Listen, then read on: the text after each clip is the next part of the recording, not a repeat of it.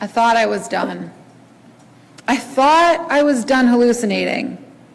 I was getting back on track. I saw my psychiatrist 3 days ago, and he told me that our next plan was to titrate off some of my meds.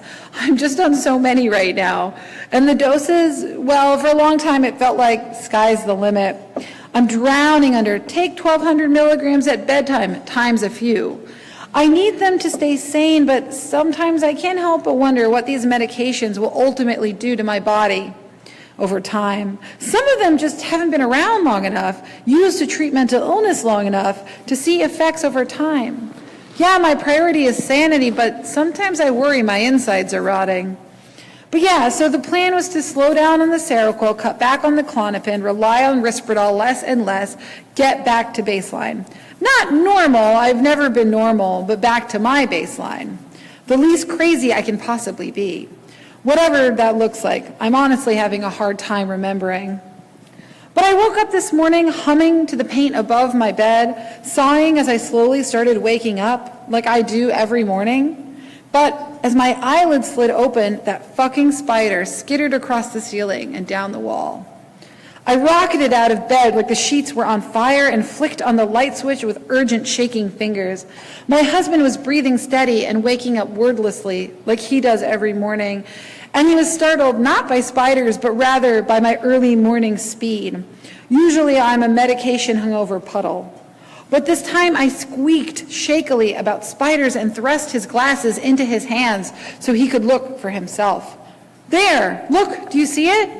A big blackish grayish spider that had long wispy legs and had scuttled quickly and creepily across the ceiling to the corner where ceiling meets wall and sat there waiting for me, twitching. As my husband tousled his hair and pushed his glasses over the bridge of his nose, I pleaded with the gods of psychosis that it was in fact a real spider, that it was huge and fucking scary and more importantly, real. Undisputably real. Alarmingly real, terrifyingly real, that my husband would be so scared alongside me because this monster existed outside of my fucked up brain, and he saw it with his own sane eyes. I prayed that he would exclaim, Jesus fucking Christ, and leap from the bed and run from the room, waving his hands wildly above his head and hollering and clamoring down the hall, tripping down the steps and racing out the front door where he could pour out into the street looking for safety. And I would be right behind him because, dear God, Pittsburgh has never seen an arachnid like this before. I wouldn't have to be scared by myself. But he squinted in the fresh light and peered at the spot where my finger pointed rigidly while my heart bashed violently against my chest. And he said he didn't see anything. He uttered it like a confession, spoke softly between sighs. Nothing but white walls. My soul sank. Hallucinating is not indicative of moral failure. It doesn't make you a bad or dangerous person. It is just a part of illness. It is a symptom that can happen.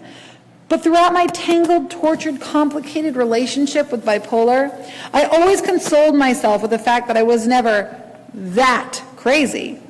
Yeah, I had crazy ideas sometimes, and I did risky things like driving with my eyes closed, wouldn't recommend it, and not sleeping solidly for weeks.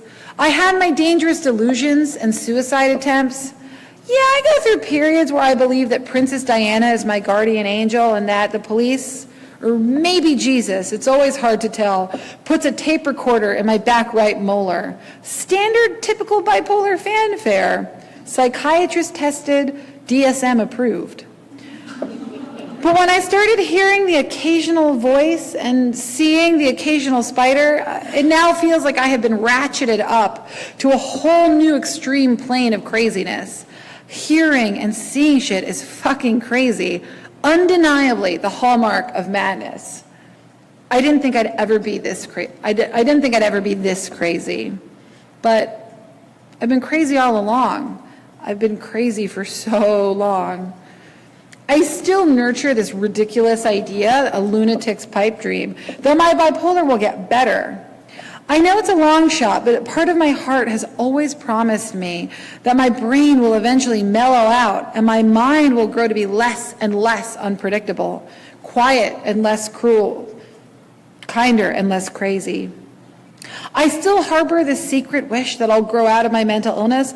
I'll get over it, like so many people have told me. Like I've begged and begged to no one in particular since I was 15 years old and I knew I was crazy as hell. Or maybe they'll find a cure? I can't really say that without chuckling because finding the cure for bipolar is on nobody's to-do list. We will continue to be crazy and forgotten until we die. I try to make myself understand that to some extent, bipolar will always be in my life.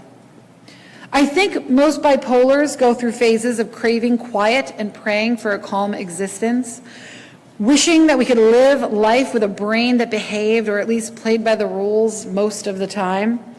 I thought I was done hallucinating, but here I am. I need to keep trying. I can't forget to hope. I think tomorrow will be better.